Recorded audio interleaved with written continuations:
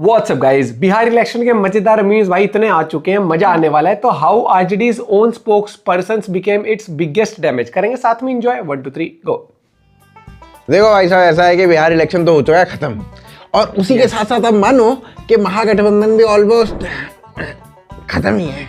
Bye bye, tata tata, goodbye, गया। Last video में हमने आपको दिखाया था कि कैसे चमची मीडिया एक दूसरे को ही पेलने में लगी हुई है। एक दूसरे पे ऐसे जूते चलाए जा रहे थे, ऐसे जूते चलाए जा रहे थे जैसे एक कुत्ते के इलाके में कोई दूसरा कुत्ता आ जाए और गली के वर्चस्व की लड़ाई हो।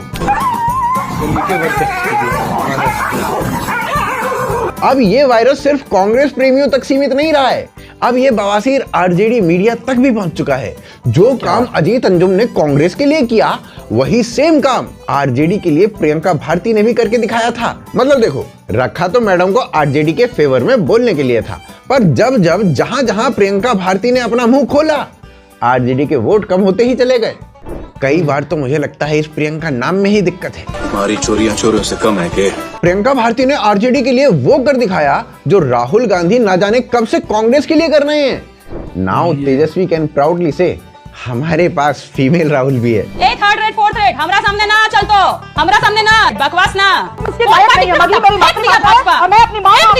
यहाँ देखो, प्रियंका भारती ना वही बोल रही है जो इसे ट्रेनिंग में रटवाया गया। जहाँ कुछ जवाब ना पता हो, बीजेपी भाजपा बोलने लगो। और फिर जाके प्रियंका को रिपोर्टर ने बताया कि ये जो सामने वाला बंदा है जिसे तुम बीजेपी भाजपा बोल रही हो ना, ये कभी बीजेपी में था ही नहीं। गलत बात बोली आपने, बोला उनको बीजेपी ने फेंक दिया, वो कभी भारतीय जनता पार्टी में नहीं थी। देखिए, अगर आपकी कोई पर्सनल रंजिश है, आप सुभाष को पसंद नहीं करती तो अलग विषय। भाई साहब, इसे ही कहते हैं आउट ऑफ सिलेबस क्वेश्चन आना। Priyanka being an RJD spokesperson, तो मैडम ने पार्टी को इस इंटरव्यू से जो नुकसान पहुंचाया है, उसकी भरपाई करने के लिए तेजस्वी को ना तेजाब से कुल्ला करना पड़ा होगा। भाई साहब, तेजाब से कुल्ला। प्रियंका भारती में आरजेडी को एक्सपोज करने के अलावा ना और भी बहुत सारे टैलेंट्स हैं। जैसे वो लास्ट 5-6 सालों से केवल सौर ऊर्जा से ही चल रही है। 2020 में प्रियंका भारती ने कहा था, जब तक बिहार में तेजस्वी सीएम नहीं बन जाता, तब तक वो खाना नहीं खाएगी। अब देखो, बिहार में पिछले 5 साल से तो कोई गुंडाराज है नहीं और आगे भी आता दिख नहीं रहा है, पर 5 साल से बिना कुछ खाए पिए वेट पुट ऑन करने वाली प्रियंका भारती गजब ही प्राणी है। ये कैसे हो गया? प्रियंका भारती वैसे तो बड़े पढ़े लिखे नेताओं को देश में देखना चाहती है, पर जैसे ही कोई तेजस्वी को 9वीं फेल बोल देता है, फिर प्रियंका भारती डिग्री को ऐसा साइडलाइन कर देती है जैसा बिहार के इलेक्शन ने तेजस्वी को साइडलाइन किया हुआ है। डिग्री तो कबीर के पास भी नहीं थी, रहीम के पास भी नहीं थी, और डिग्री बहुत सारे ऐसे बड़े बड़े लीडर्स हुए जिनके पास कोई डिग्रियां नहीं थी। मतलब पीएम से तो डिग्री मांगो, पर सीएम 9वीं फेल चले। ये भी ठीक है। प्रियंका का बस चले तो वो तेजस्वी को 9वीं फेल नहीं बल्कि 8वीं पास बोलने लगे। भाई साहब, प्रियंका भारती जी को ना अब न्यूज डिबेट में बुलाने से लोग डरने लगे हैं। प्रियंका जो कुछ भी रट के आती है, सारा एक ही बार में बोलने की कोशिश करती है। इसलिए अगले बार इस बेशर्मी से वीपी सिंह को गाली देने से पहले सोच लीजिएगा, हिल जाएगा नीचे का धरती, हिल जाएगा। अगर आगे से बकवास किए हैं, समझ लीजिए। प्रियंका जी, ये इस तरह की शब्दों का ना थोड़ा सा जरा ध्यान रखा कीजिए। You are an official spokesperson। भाई साहब, रिपोर्टर को याद दिलाना पड़ता है कि आप स्पोक्सपर्सन हो। स्पोक्सपर्सन कोई सिग्नल पे गुब्बारे बेचने वाली लुगाई नहीं हो जिसको बुलेट की आवाज से तेज चलना पड़े। और प्रियंका भारती कोई अकेली स्पोक्सपर्सन नहीं है आरजेडी की जो आपको जाहिल साउंड करे। आरजेडी में प्रियंका भारती अकेला ना महसूस करे, इसीलिए ना कंचन यादव को भी स्पोक्सपर्सन भर्ती किया हुआ है। कंचन यादव और प्रियंका का जो आईक्यू लेवल है, वो एक दूसरे से आइडेंटिकल है, बिल्कुल सेम टू सेम। और अगर दोनों का आईक्यू ऐड कर दो, कमबख्त फिर भी वो नेगेटिव में ही मिलता है। कंचन यादव का आईक्यू और स्पीकिंग स्किल्स उस चेक की तरह है जो हमेशा बाउंस करता रहता है। मुझे तो कई बार लगता है कि इन दोनों को आरजेडी में रखा ही इसलिए है ताकि तेजस्वी को जाहिल फील ना हो। पजामा न पहनने वाला व्यक्ति एक सांसद से डिबेट कर रहा है, तू तड़ाक कर रहा है, मुझे ये शोभा नहीं दिया। ये देखिए, लालू प्रसाद यादव है, ये कुर्ते के नीचे कुछ पहने हैं कि नहीं, और एक महिला बैठी हुई है सामने। अरे अच्छा, इसलिए आरजेडी में लालू प्रसाद यादव केवल कुर्ता पहने या नीचे कुछ नहीं पहने, मुझे नहीं पता, वो अब मेरी छोटी बहन बताएंगी। भाई साहब, एक बार पजामे का मुद्दा लाई थी मैडम, पजामे का मुद्दा। पर फिर खुद ही इनका तो भूल सही गई धोया। जिसने पूरे बिहार का चारा बेच दिया था वो खुद पजामा नहीं पहनता था। फिर कंचन वैसे ही मुंह छुपा के भागी जैसे इलेक्शन हारते ही राहुल गांधी थाईलैंड भाग गया। लगता है कंचन और प्रियंका दोनों को आरजेडी का स्पोक्स पर्सन खुद तेजस्वी यादव ने इंटरव्यू लेके बनाया था, तभी साला तीनों का एक ही लेवल एक जैसा है। अब 9वीं फेल इंटरव्यू लेगा तो 10वीं फेल को ही इंटरव्यू में पास करेगा। और भाई साहब अगर कुछ टाइम और ये दोनों आरजेडी की प्रवक्ता रही तो मैं कसम भगवान की बता रहा तो हूँ आरजेडी के सामने लेट लगाना पड़ जाएगा भाई साहब, लेट लगाना पड़ जाएगा। और इसे लेट लगाने से ना लालू खुद नहीं रोक पाएंगे। तो नहीं मांगा गया था तो नहीं मिलेगा कभी। कंचन यादव की किसी भी डिबेट में जाने की प्रिपरेशन वही होती है जो तेजस्वी यादव की प्रिपरेशन थी 9वीं का एग्जाम देते टाइम।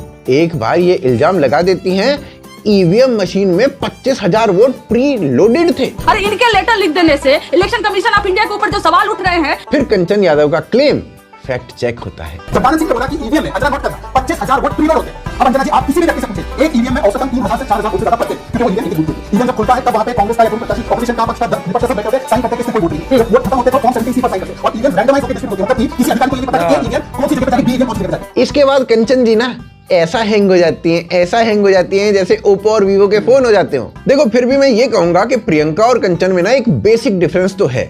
जहां कंचन फैक्ट्स के सामने आते ही पाकिस्तान आर्म्ड फोर्सेस के जैसे सरेंडर कर देती हैं, वहीं प्रियंका खुद को प्रियंका गांधी समझ के बस बोलती ही रहती हैं, बोलती ही रहती हैं, बोलती ही रहती हैं, चाहे सरेआम न्यूज चैनल पे एक्सपोज ही क्यों ना हो गया हो। पर नहीं, बोलना कम नहीं होता। रूबिका जी ये रहा 1 तारीख का सीआईडी की तरफ से ऑलरेडी लेटर लिखे जा रहे थे। नहीं, ये कैसे हो सकता है। एफआईआर दर्ज हुई है 21 तारीख को, 21 फरवरी 2023 को। ये बिल्कुल प्रियंका भारती में भाई साहब ऐसा गजब का टैलेंट है, ऐसा गजब का टैलेंट है कि वो एफआईआर होने से पहले एफआईआर की रिपोर्ट निकाल लाती हैं। यानी एफआईआर हुई 21 फरवरी 2023 को और प्रियंका भारती 1 फरवरी 2023 की रिपोर्ट निकाल लाई। ये देखिए डेट भी आपको जूम 1 फरवरी कब? 1 फरवरी 2023। 1 फरवरी एफआईआर से पहले सीआईडी गजब एक्टिव है भैया। एफआईआर से पहले लेटर लिख रही है। और बिहार इलेक्शन हारने के बाद प्रियंका भारती अपने आप को प्रियंका गांधी समझने लगी और कहने लगी कि उनका पप्पू यानी आरजेडी का पप्पू यानी तेजस्वी वही सीएम बने। अरे बहन सीएम बनने के लिए इलेक्शन जीतना पड़ता है, इलेक्शन जीतना पड़ेगा। अरे इलेक्शन जीतोगे तभी तो सीएम बनो। कैसी बातें कर रही हो तुम? ना सिर्फ वोट परसेंटेज के हिसाब से जो बिहार में हमने देखा है जितने वोट प्रतिशत बढ़े, बल्कि इस हिसाब से भी कि पूरे देश को सबसे पहली बार एक राज्य में इतने कम उम्र का एक युवा मुख्यमंत्री मिलने जा रहा है। अरे आरजेडी के इलेक्शन हारने के बाद सीएम कैसे बनेंगे तेजस्वी, हमें कोई ये बताए। मेरा ना आरजेडी वालों से बस एक ही अनुरोध है, तेजस्वी जी सावन में मछली खाना बंद करो, कुछ समय के लिए वेजिटेरियन डाइट को फॉलो करो, उससे जो पैसा बचेगा उससे ना प्लीज उससे ना प्लीज प्रियंका जी का इलाज करवाओ। प्रॉमिस करिए तेजस्वी जी, बिहार इलेक्शन की हार से जो सदमा आपको लगा है उससे जैसे ही आप होश में आते हैं तो उसके बाद सबसे पहले आप इन्हीं का इलाज करवाओगे। Please Tejashwi ji please. देखिए हम तो अभी लैंड किए हैं और जिस हिसाब से विभागों का जो बंटवारा हुआ, हालांकि ये तो प्रधानमंत्री का है। नहीं तो मैं बता रही हूँ कि अगले इलेक्शन में तेजस्वी जब फिर से हारेगा तो प्रियंका भारती कहेगी तेजस्वी को पीएम बना दो, तेजस्वी को पीएम बना दो। ये पागल हो गए भाई साहब, सबके सब पागल हो गए हैं। भाई बढ़िया वीडियो थी, एक मस्त मजेदार है कि आप कहते हो कि ह्यूमर के साथ। और भाई देखो वो सबसे बेस्ट मोमेंट था, वो एफआईआर से पहले ही रिपोर्ट निकाली। क्या बात है, इसे कहते हैं कॉन्फिडेंस लेवल, एक्सट्रीम लेवल का। और एक ईवीएम का वो, भाई ईवीएम आपने हमेशा देखा होगा, जब आप देखते हो तो हर एक पार्टी के जो भी होते हैं लोग वहां पर ऑफिशियल्स, उनको दिखाया जाता है ये है। वहां पर आपको किसी पे डाउट होता है तो भी आप बोलो, ये तब कोई डाउट नहीं होता, इनको कुछ नहीं होता। लेकिन इलेक्शन हारने रिजल्ट आने के बाद इनको रिजल्ट पे डाउट हो जाता है। कभी खुद पे भी डाउट करना चाहिए ना कि भाई ये क्या नहीं करते हैं, अब हमें फेस बदलना चाहिए या कुछ बदलना चाहिए, वो वाली बात भी आ जाती है। लेकिन ठीक है, पार्टी अपने कॉन्फिडेंस में है, लोग अपने कॉन्फिडेंस में। एक भ्रम भी इन्होंने बना लिया है कि भैया नहीं, लोग बदलाव चाहते हैं। बदलाव नहीं चाह रहे, वो कुछ लोग हैं जो बदलाव चाह रहे हैं। बदलाव मुझे लगता है कि जब मेजोरिटी में चाहता है तभी। डेमोक्रेसी कहते क्यों है?